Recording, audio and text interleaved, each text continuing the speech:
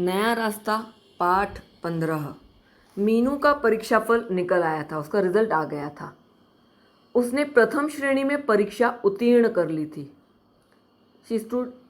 उसने प्रथम श्रेणी यानी कि फर्स्ट क्लास में एग्ज़ाम पास कर लिया था। उत्तीर्ण यानी कि पास।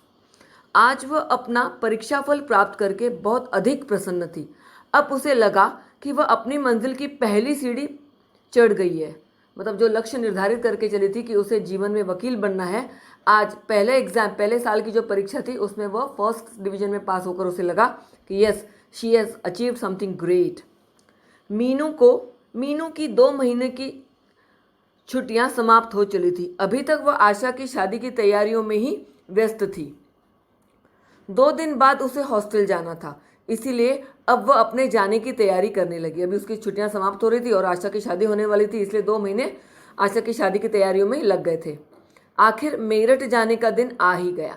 2 महीने घर में सबके साथ रहने पर घर के प्रति मोह, अटैचमेंट और अधिक बढ़ गया था। कितना अजीब सा लग रहा था उसे घर छोड़कर जाना। अभी इतने दिन से घर में रहना, फिर वापस हॉस्टल जाना, सब अपने आप करना, उसे थोड़ा सा अजीब लगा। घर में प्यार लाड़ सब मिलता है, सब कुछ खाना पीना सब कुछ माँ हाथ में देती है तो कितना अच्छा लगता है, लेकिन अभी फिर से हॉस्टल जाना है। हॉस्टल पहुंचने पर मीनू को कई नए चेहरे भी दिखाई दिए, परंतु जैसे ही वह माया से मिली उसका चेहरा खिल उठा। खिल उठा मतलब बहुत ज़्यादा खुश हो गई वो। खिल उठना इस मुहावरा, प्रसन्न हो जाना। माया ने उसके प्रथम श्रेणी में उत्तीर्ण होने पर उसे बधाई दी। कॉलेज खुलते ही मीनू की नियमित पढ़ाई शुरू हो गई।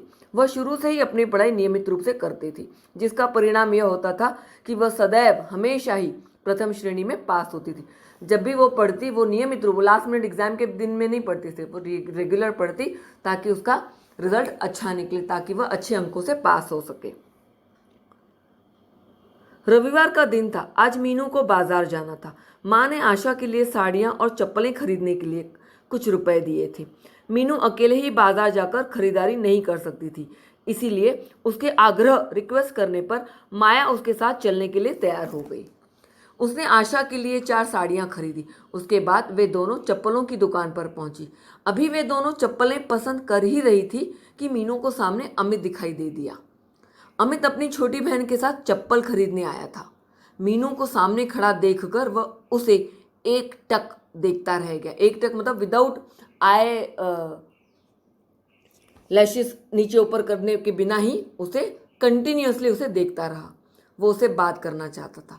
मीनू को देखते ही अमित का दिल कुछ कहने के लिए बेचैन हो उठता। वो उसे बहुत सारी बातें करना चाहता था, अपनी गलतियों की माफ़ी मांगना चाहता था, जो भी कुछ हुआ था वो बताना चाहता था कि उसकी गलती नहीं है, लेकिन उसे मीनू बात करने का मौका ही नहीं देती थी।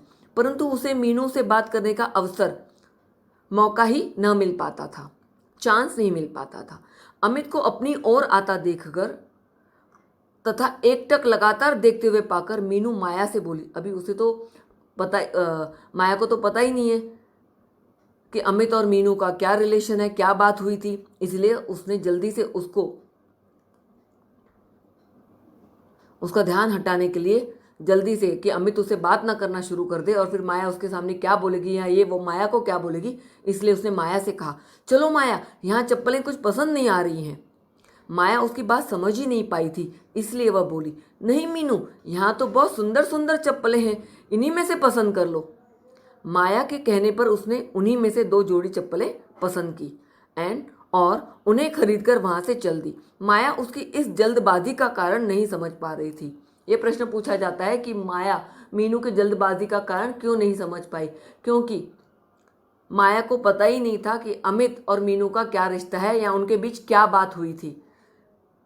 और जब मीनू ने अमित को देख लिया था तो वो 1 मिनट भी उस दुकान में रुकना ठीक नहीं समझ रही थी। उसे वहां रुकना एक पल भी अच्छा नहीं लगा, इसलिए जल्दी जल्दी अमित का ध्यान हटाने के लिए या वहां से निकल जाने के लिए, ताकि उसके अमित के सामने बातचीत ना हो, इसलिए वो वहां से जल्द निकलना चाहती थी। यद्यपि उसे उसके हृदय में उठी बेचैनी का आभास हो रहा था।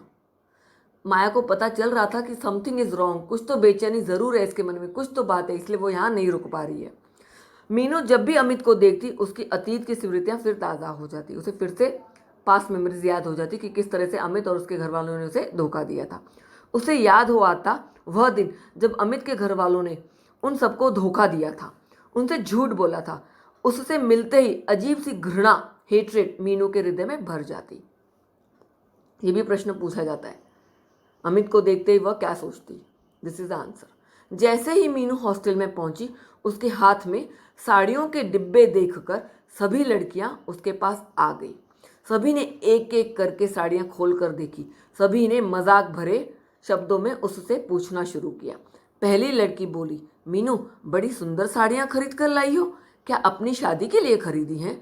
दूसरी बोली, मीनू तुम्हारी शादी पक्की हो गई है, परंतु तुमने तो हमें बताया ही नहीं। तीसरी बोली, मीनू कैसे हैं हमारे जीजा जी, उनका फोटो तो होगा तुम्हारे पास, जरा हमें भी दिखाना फोटो। चौथी बोली, मीनू क्या करते हैं हमारे जीजा जी। पांचवी बोली, शादी करके कहाँ जाओगी मीनू, कहाँ रहते हैं हमारे जीजा जी। ये बातें करके सब हंस पड़ी। अभी किसी को भी पता नहीं है कि मीनू जो खरीदारी करके लाई है वो उसकी छोटी बहन आशा की शादी की खरीदारी है। सबको लगा कि इतना सुंदर जो शॉपिंग हो रहा है वो सारा मीनू की शादी के लिए ही था। इतने सारे प्रश्न की एक साथ बौछार, मतलब इतने सारे कंटिन्यूअस क्वेश्चंस, मीनू को बोलने का किसी ने अवसर ही नहीं दिया, चांस ही नहीं दिया। जब सब चुप हो गई तब मीनू ने शांत स्वर में बताया कि ये साड़ियाँ उसने अपनी छोटी बहन के लिए खरीदी हैं। 1 महीने बाद उसकी शादी है। यह बात सुनकर सभी चुप हो गए। अभी सबको लगा कि अरे ये तो इसकी शादी नहीं है, इसकी छोटी बहन की शादी है। इसलिए वो क्या पूछें, क्या बात करें कि मीनू की शादी क्यों नहीं हो रही है, पहले आशा की क्यों हो रही है। ये सारी बातें वे सोचते हुए वे चुप हो गई। अब किसी को साहस, हिम्मत नहीं था कि मीनू से कुछ पूछे। लड़कियों का पूरा झुंड वहाँ से चला गया और मीनू सब सामान के साथ अपने कमरे में चली गई।